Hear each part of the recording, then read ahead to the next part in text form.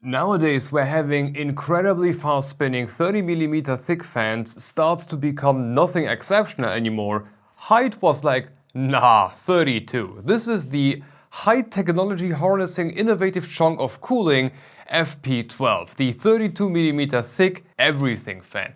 On paper, this thing is basically an insult. Up to 3000 RPM, up to 105.8 CFM and up to 8.14 millimeters of H2O static pressure. Take that, T30. But those were only raw stats. Illegally brutal raw stats, given, but raw stats nonetheless. And the thing is, these are not only fans. If you decide to go with these, you will get yourself into the wonderful world of proprietary software. There are two ways you can get these, either in a triple pack or in a triple pack with an NP50. Or in other words, the Nexus software. Now, this here is not going to be about the Nexus software or any other type of proprietary software. I'm not nearly drunk enough for that. Just know that it's okay. For the standard set by companies like ASUS and their Armory crate, I love error messages, it works. You can adjust the speed curves of each and everything individually. Even if they are daisy chained, you can still control them individually, and depending on how much of the fan you want to use, you will need to get the software anyway.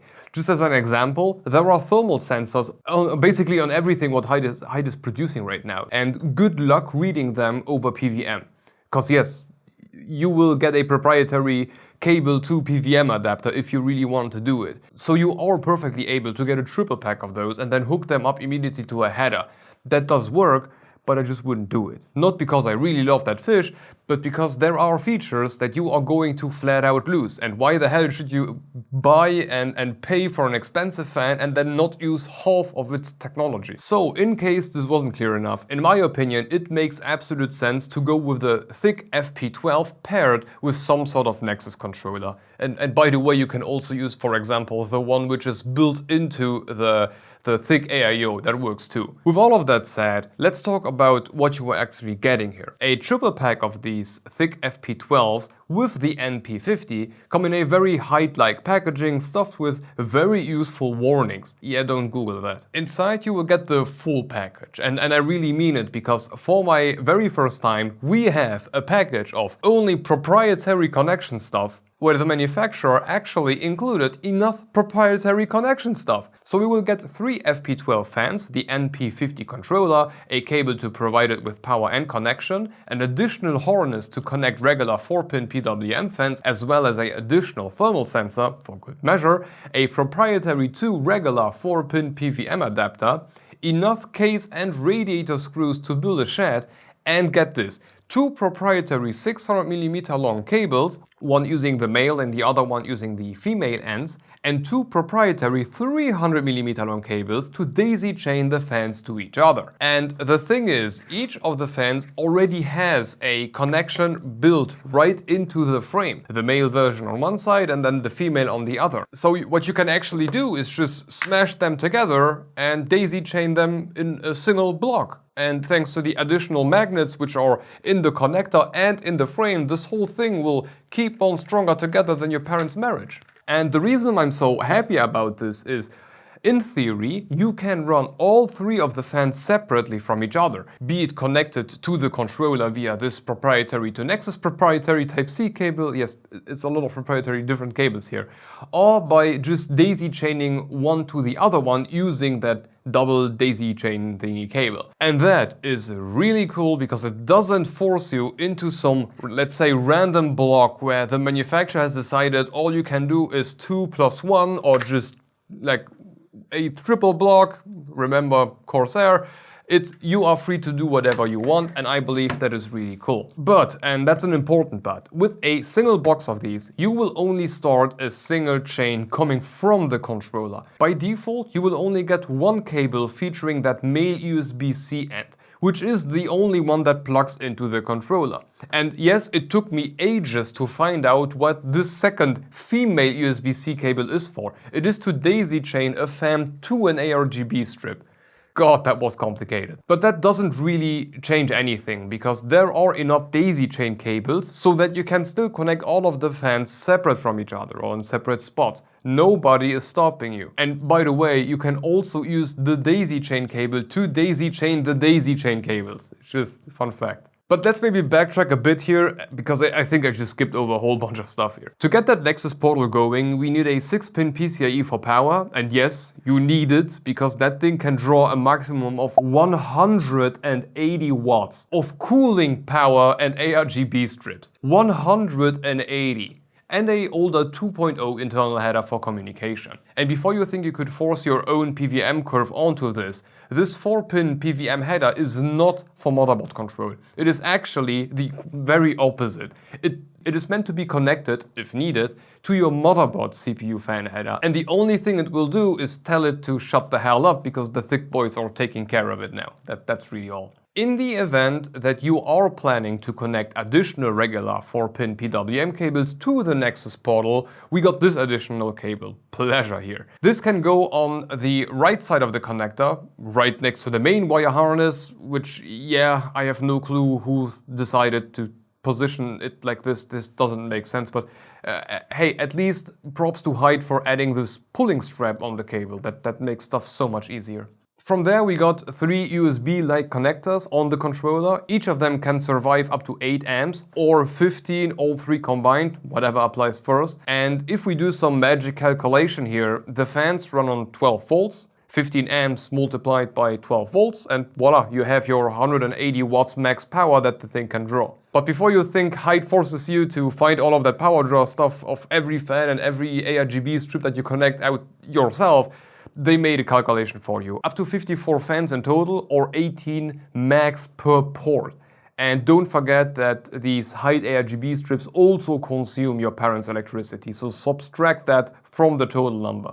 54 Hyte Thicc FP12s. I don't even think there is a case that could do that. And from there it's back to the stuff I said like 3 minutes ago. USB-C to a fan cable and rinse and repeat, or daisy chain one to the other. Or use the proprietary to PWM cable and watch the world burn. One very quick mini expedition I wanna do into the Hyte universe of fantastic family-friendly proprietary software. Okay, no, three things. The controller has holes for a 2.5-inch SSD in the back. Use it. Mount it where a 2.5-inch SSD should be. And it has ARGB. Woohoo!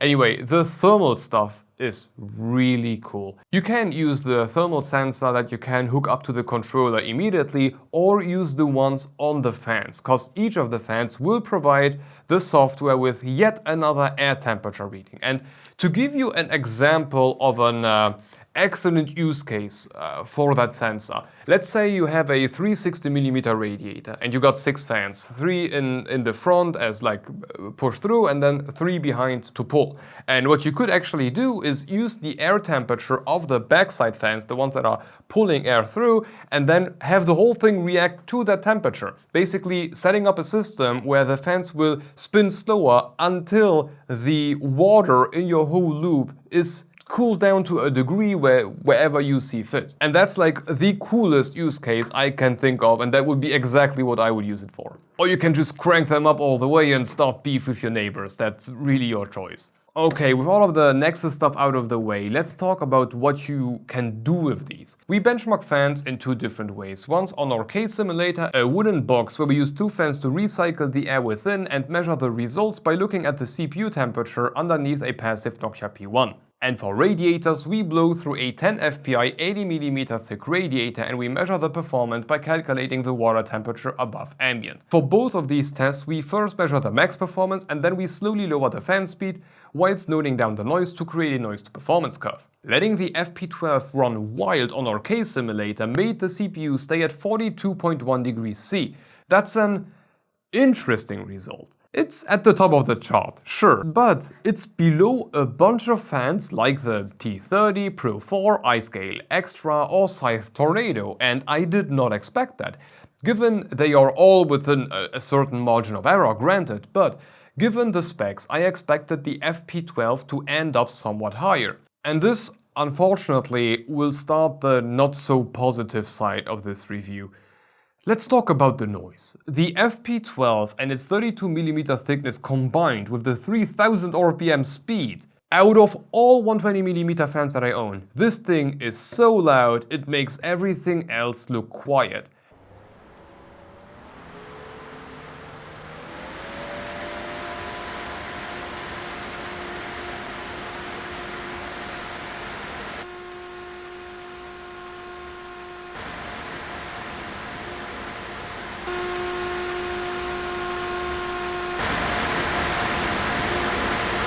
And that on its own is just one problem. The other one is that the combination of everything is just not creating the results that Hyte wanted to see. Out of all of my monster fans, and the A12 for good measure, the noise to performance ratio of the Thicc FP12 isn't particularly good. From start to finish, it landed behind everything, literally everything. So as a case fan, tough, really tough. It is just way too loud and the results are just not worth it. But what about radiators? Yeah, but just kinda. Keeping the water at 8.6 degrees C above ambient, it is definitely sitting in a better position now, outperforming things like the Gran Tornado and Silent Wing Pro 4. But if we remember the spec sheet, that thing should beat the T30 without a problem, but it just doesn't. Not by a long shot. And the noise to performance curve on radiators might look slightly better, I will give them that, but it still looks kinda horrible. Sure, it's closer to the other ones, it really is, but the only win it could pull off is against a Silent Wing Pro 4, once you normalize it to 12 point something degrees on the water.